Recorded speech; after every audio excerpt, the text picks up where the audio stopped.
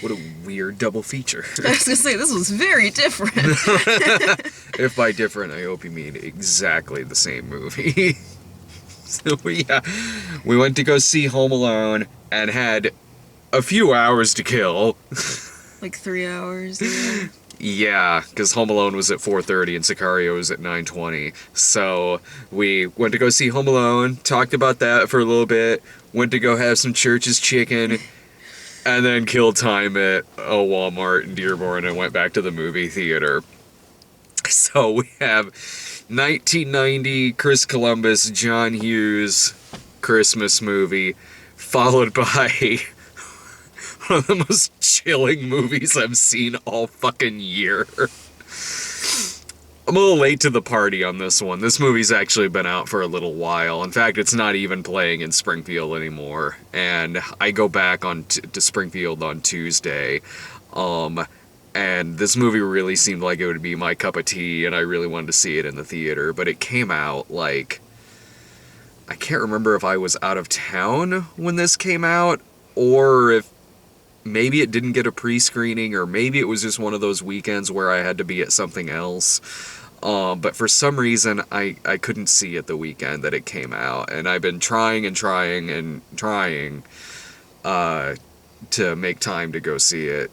Finally got a chance to see it. And thank God I really love this movie. Yeah, it was really good.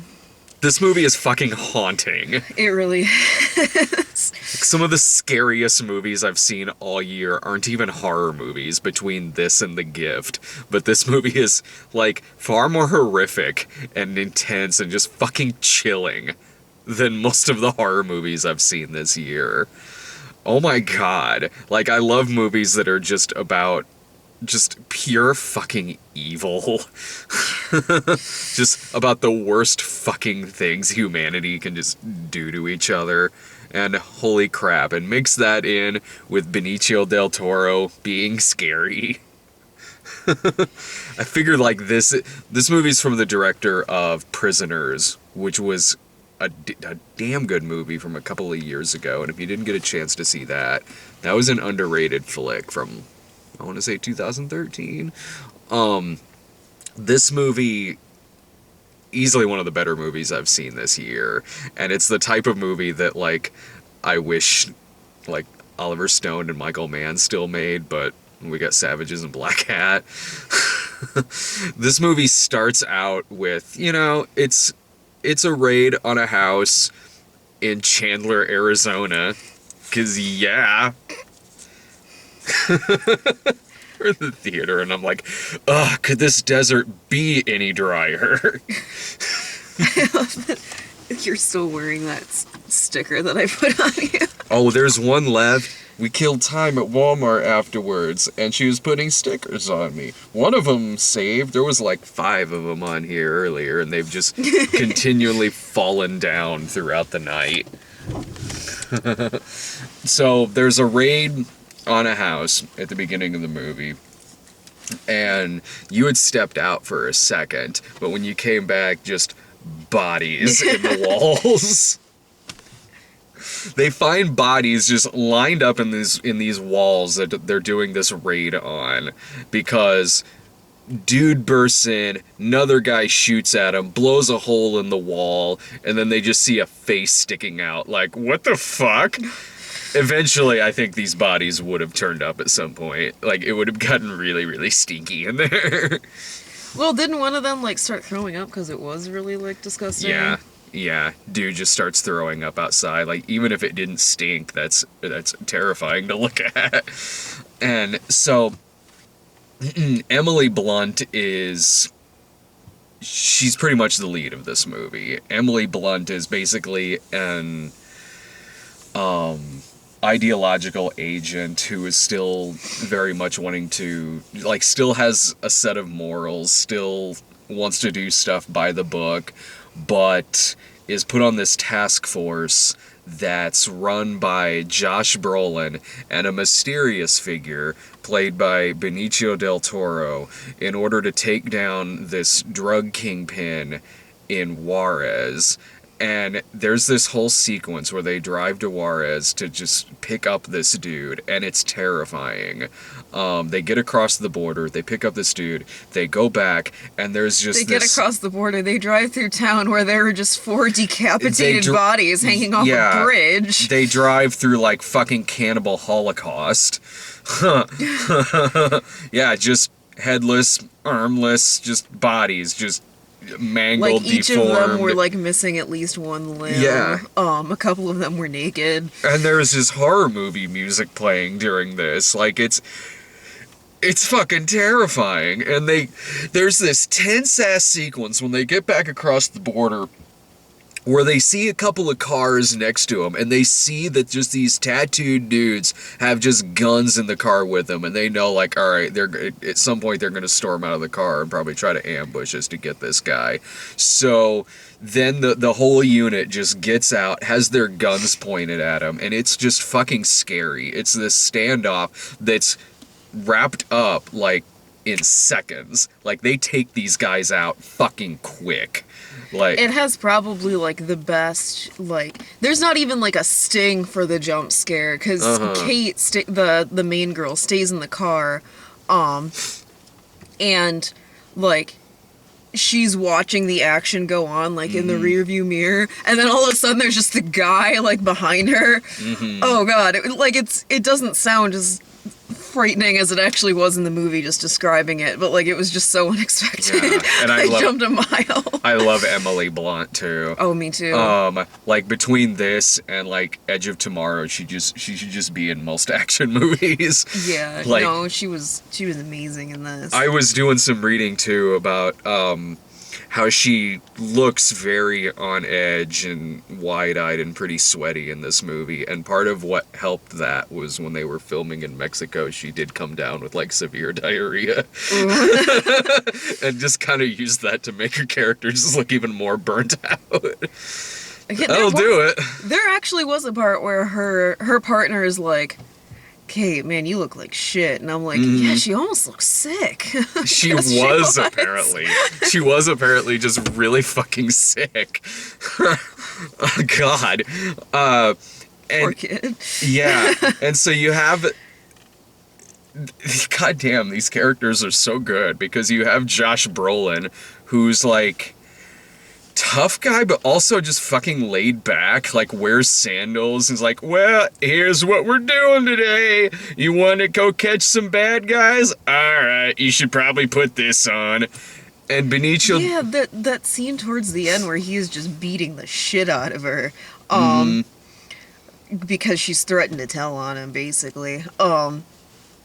He was so creepy calm during that. Like, oh my god, like, he's just like, alright, are you gonna stay put? I'm gonna let you go. Oh, no, you're moving. Alright, hold still. Like, alright. While he's just he is just beating her face in, like, against a rock. Yeah, like, Josh Brolin will be doing a lot of the talking, and Benicio del Toro will just be standing there looking scary. I really love, like, the background conversations in this movie. Because if you listen carefully, there's just weird small talk going on in the background of some scenes. Like, when they first see Jeffrey Donovan in the film, and Jeffrey Donovan is talking about how he might have gonorrhea and sees some weird red specks in his urine. They step off the plane, and they're like, how you doing? And he's like, it burns when I pee. There's red specks in it. And someone's like... Dude, that's blood. And he's like, yeah, I think I might have gonorrhea. And the guy that they pick up in Juarez, they're like interrogating the dude, and you want to get anybody to admit to anything, all you gotta do is just give Benicio del Toro a giant water container, have him walk into the room millimeters from the guy, and just scare the man to death. Like, Benicio del Toro does this, and Jeffrey Donovan's in the background and is just like, I'm out. And just leaves and turns the camera off. Oh, did he turn it off? I thought he turned it on because you have to have a witness. I thought he turned it off because what they were about to do was probably not by the book. I thought he turned it on, but maybe that wasn't. I mean, I might be wrong, but the vibe that I got was that he turned it off because Benicio del Toro is probably going to fuck that guy up. Well, like I might be wrong, but I think I vaguely knew what went down in that torture room because I know weirdly large amounts of how you torture someone, and I don't know why because torture scares the shit out of me. I don't know. Do you ever like shit that actually freaks you out? Like you look it up for no good reason. Yeah, plane crashes. Yeah. So I know a weirdly large amount of torture No, techniques, and I'm pretty sure they force-fed him water and then punched him in the stomach so his stomach would burst. Yeah. Yeah, no, I you know, when you're like, I mean, I take it it's the same way with you too, but I mean, for me, like, if you have some, like, irrational fear of something, or a fear of something, maybe it doesn't have to be irrational, Why are you so afraid of torture? It's yeah, not that bad. yeah, like, that's what I mean. Like, you do kind of look up some shit about it. Like me with airplanes, I watch documentaries and I read up on stuff and I don't things know like that I that. could watch documentaries about torture, but I've looked it up before, and so I was like, I wish I didn't know what they were doing to this guy, but I do. Well, it didn't show it. No, it didn't. They like they kind of like pan away from it. They just pan to the ground, and you just hear the dude making like horrifying sounds. No es bueno.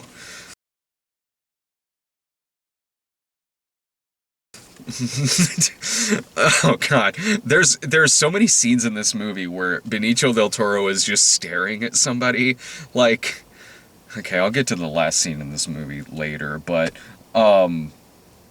before then, like, you get the idea that, yeah, what these guys are doing is probably not by the book, but you have Emily Blunt there who's kind of fucking their shit up by either walking into the bank that she's not supposed to be walking into and the cameras are noticing her, or, you know, trying to rat them out to their boss, but they kind of see this coming and they sort of use that weakness as their strength. So when Emily Blunt, they tell her, don't walk into the bank when they pick up some a money launderer, and she walks in there anyway, and the camera spots her. So later on, she and her buddy are out. Sometimes you just gotta go out and dance. You gotta go to a country or western bar. You gotta dance. They're having a really serious conversation. She just looks around. She goes, "Where the fuck did you take me?" Because they're just like cowboys. Don't you know? I'm a redneck. And then at the I bar, live in a trailer with my wife. She's also my sister. she's also my sister. So then pan over to John Bernthal, redneck. John Bernthal playing a redneck, standing up at the bar, who goes and starts hitting on her. And this ain't gonna end good, because it's John Bernthal. I fucking love John Bernthal. But as soon as he pops up in the movie, I'm like, he's gonna turn out to be evil. And he does. Sure does. He does, and then he gets the shit beat out of him. And Benicio del Toro tortures information out of him by giving him a wet willy at one point. It's the most intense wet willy ever put on film. Yeah, they almost do the same thing that they did with like the other dude. Where like, I mean, they show his finger going into his ear, and then like it just like pans forward, and you just hear him being like, "Get it out! Get it out! Get it out! Get it out of there! Oh Yeah. god!" I don't want to see. God, if the wet willy's scary, I don't want to see him give him like a fucking purple nurple, cut his nipples off. He was kind of like roofing his eyebrow too at one Yeah. point. Mm-hmm. Does this bother you? I'm not touching you. Ah! Oh, scary. And then Josh Brolin is sitting in the front seat laughing his ass off. So they know that John Bernthal, they got a hunch that somebody is going to try to put a hit out on this girl. Someone's going to try to kill her, or at least try to get some information out of her. So they kind of figured that with her walking into the bank. So yeah, she kind of fucked shit up there, but they used it as their strength. So they basically waited for someone to try to kill her. And yeah, that night they got John Bernthal to give him more information. Well, according to Alejandro, they weren't actually trying to kill her. He was just going to torture information out of her. That's better. He was going to strangle her to death. Yeah, he almost did too. That was a fucking intense scene. It's like point of view of him just choking the shit out of her. Yeah, it's Point of view from her of him choking the shit out of her. and one of the signs that this is a great movie is that I didn't know if she was gonna live by the end of that scene. Oh god, yeah. Like, this could easily be the kind of movie where a person you're following is maybe killed off 3/4 or halfway into it. Yeah, no, I when like her point of view like rolls back, I was like, Yeah. oh god, she's dead. Yeah, She's like, is she dead. gonna die? Is John Bernthal gonna kill her? No, Alejandro was just there. Yeah. Just looks, Benicio del Toro plays Alejandro. And then come to, like, there's so many great fucking shots in this movie. There really Beyond, are, like, the yeah. horrific shots of, like, just bodies hanging down from bridges. There's really great, like, Tony Scott-looking stuff in this, with, like, during the magic hour, where they're about to go through this tunnel, and it's the total magic hour, like the sun's setting, the clouds are beautiful, and you just see these silhouettes of them in there with their gear on, their night vision, just disappearing into the ground, because the ground is the way that the shot is, the ground is all black. You basically the light, and they're all like in silhouettes, and you really just, the only colors are from the sky, and they're just disappearing into the ground. Same with when they're going through this tunnel, and just dude with a knife just disappears into the tunnel, and it goes into this like night vision, and also Like thermal. yeah, those thermal shots, and it's just fucking thermal intense. shots are really, really cool to look at.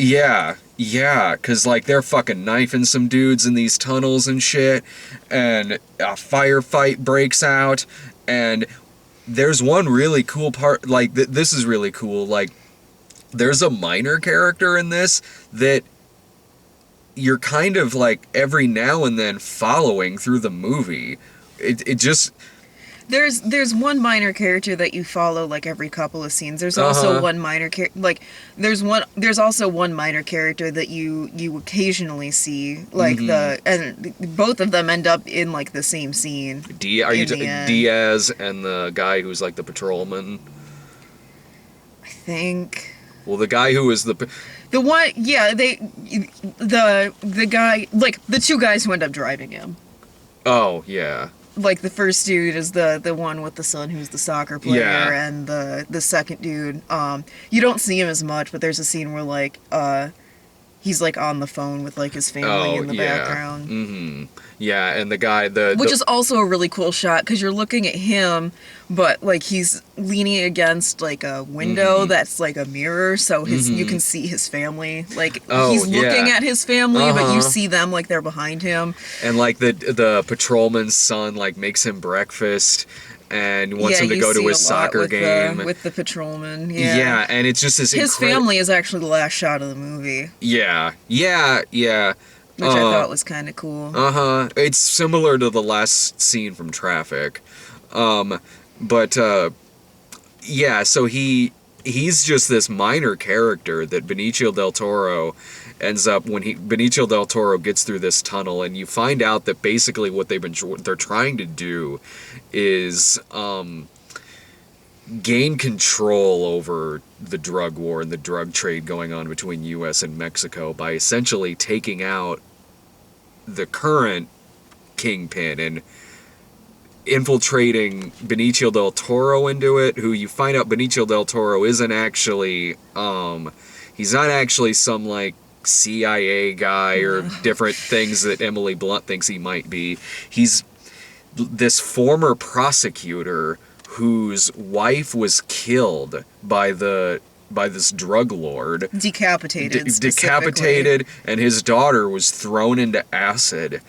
And so... His apparently very young daughter, too. They freak... Like, I mean, I guess you could call anyone your little girl if they're your daughter, but, like, at least the way that they were talking about her, it sounded like she was very, very young when this happened to her. Like, oh, God!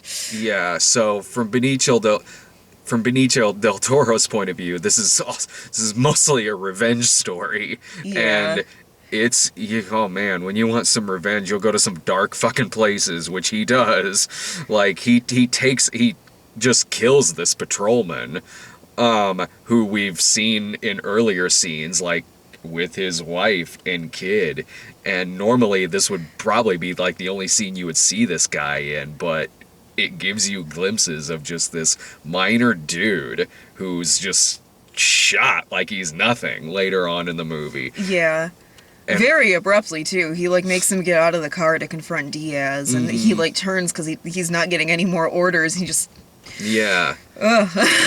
And when he goes to the drug dude's house, like, when the guy's just sitting there eating with his family, fucking Christ. Oh, like, God. he just shoots the guy's kids and wife, like, right in front of him.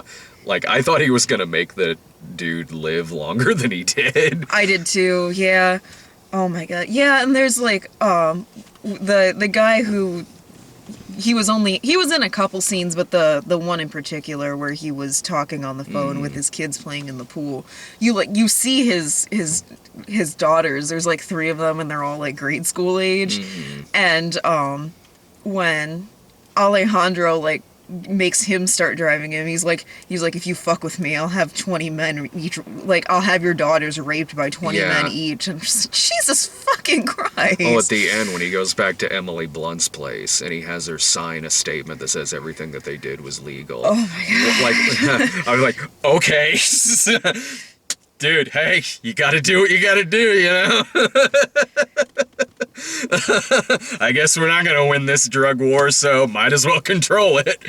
Yeah, no, he, like, she starts crying and he grabs her hand like he's going to comfort her, and then puts his hand over her hand on her own gun up to her chin, and like, goes, if you don't sign this, you've committed suicide. And the way this is framed, most of what you're seeing from Benicio del Toro is like part of the side of his face and his eye. And it's terrifying. Like I've also seen that in development is a Sicario 2. Oh, okay. Because I'm not opposed to that. Not that I left this movie thinking, oh my God, like, there totally needs to be another one. Like, even if there's not one, it stands on its own perfectly fine. But if they do another one, okay. Yeah. All right. Yeah, if you got the same people behind it and you've got the same actors, I would love to see more things really about hope these they'll characters. still have Emily Blunt in it, because it kind of seemed like her character arc was done, and I really liked her. Yeah, one of the last shots in it is her pointing her gun at Benicio del Toro as he's walking away, and he turns around and looks at her, and like obviously she decides not to shoot him, which I wouldn't. It's like, well, I mean, you know, at least I don't know. Like, that's a hard situation. That is such a hard situation. Like, okay, what they've done is totally not by the book, but God, I kind of understand what they're saying.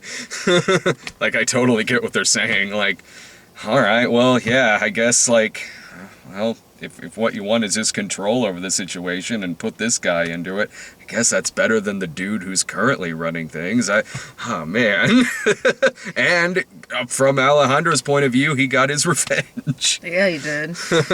He turned into just a cold-blooded murderer doing it.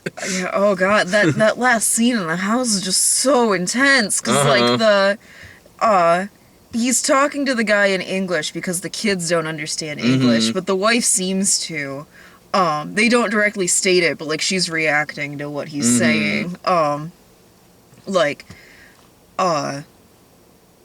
He's having him eat too as he's talking to the husband. Yeah, he keeps like yelling at the kids to keep eating, and like, oh God, like it's. Like, you can see how, like, terrified the kids are, and they don't, like, they have no idea what's going on, and the wife is just, like, quietly sobbing, and dude knows who he is, too. Like, he straight up says, like, hey, it wasn't personal, it was just business. Like... Fuck you, like, you know, motherfucker. Like, you know like, what, I'm treating it like it's fucking personal. Like, that is the time to start groveling, man. Like, he was so fucking calm, too. He's just kind of like, yeah, I know, I tossed your little girl in a vat of acid, but it wasn't personal. It was his business. Yeah, well, it was personal to me. Boom, boom, boom, kid's dead. Boom, wife dead. And then he tells the husband to just continue eating as his family is dead right in front of him. Yeah. And the guy just is like stunned silence until Alejandro just shoots him too. Yeah. This movie is like I said at the very beginning of this, like, I know I'm late to the party on this. If you've really wanted to see this movie, you've probably already seen it by now. I know there's a lot of theaters around here in, like, bigger areas like this where it's easy to find a screening for.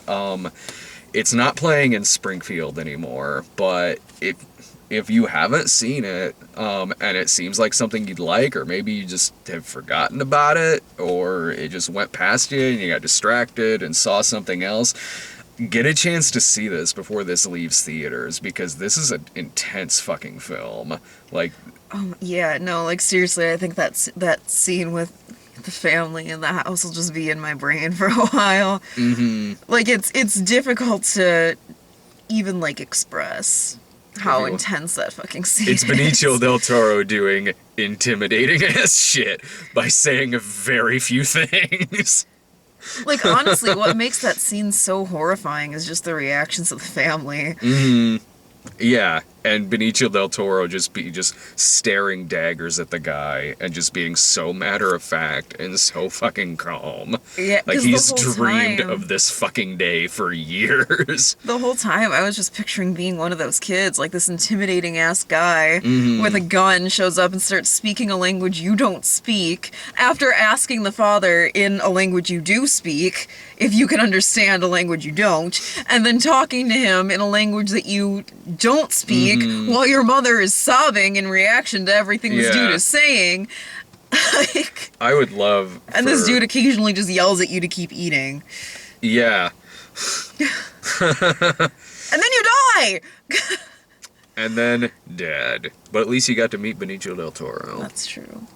I would love, even though he played a minor Bond villain in License to Kill when he was like 20, I would love to see him come back and play a Bond villain again. Yeah, totally. I mean, like, if Joe Don Baker can play Brad Whitaker in Living Daylights, and then come back as Yo Jimbo, and then come back as in GoldenEye and is it Tomorrow Never Dies, or World Is Not Enough that he came back in, but he came back as a comic relief in a couple other movies. And if Maude Adams can be in like 3 Bond movies as different characters, then bring Benicio del Toro back. Yeah, for real. He is fucking great in License to Kill. Like, he's scary in that, and he's only like 20 years old. If you haven't gotten a chance to see this yet, try to see it in the theater. Like, absolutely, try to find somewhere to see this in the theater. If it's not playing around you, that sucks, man. But, like, as soon as it hits, I don't know, on demand, video, whatever you use to watch shit, get a chance to see it. This is one of the better movies I've seen this year. By far, it's one of the most intense fucking movies I've seen this year. And just fucking chilling. So good. Any other final thoughts? That is my final thought. It was really good. We ended on a good one. We went through Dancing It's On and Scout's Guide, and is there any other, did we see anything else bad? I don't know. Dancing It's On, Scout's Guide. I can't really think of anything else. I know, I can't remember. I can't remember. We've gotten to see a lot of stuff. Spectre was good. Freaks of Nature was good. Yeah. Halloween was fantastic. Halloween was good. Home Alone was good. Well, so, Sicario, easily the best part of the Brad and Violet show. Dracula was good. Dracula was good. Alright, so, car's yelling at me. Quiet. There. Alright, so next week is, like, Nothing really major. It's like the 33 and Love the Coopers, the dysfunctional family movie of the year, or the second one, I guess, after This Is Where I Leave You. I think that's it for next week. And then the week after, I think, is Mockingjay. But, yeah, so, okay, I think, yeah, next week, I think, is, or, yeah, whenever you're watching this, these are going to be on Patreon for a little bit. So, yeah, we're recording this on Sunday, the 8th. So, either you're seeing this on Patreon or seeing it on the site, but if you're seeing it on the site, I don't know, I guess Mockingjay's next. I'm not sure. I don't know when I'll post this. Well, this will be my last video for a while. Contrary to popular belief, this isn't exclusively our show now. You just didn't bring the entirety of Team Snob with you. What the hell, Brad? Why didn't you take the whole team of it? What, do they have, like, jobs or something? Yeah, I know, right? I only had to say I was in Detroit, like, every video. See ya.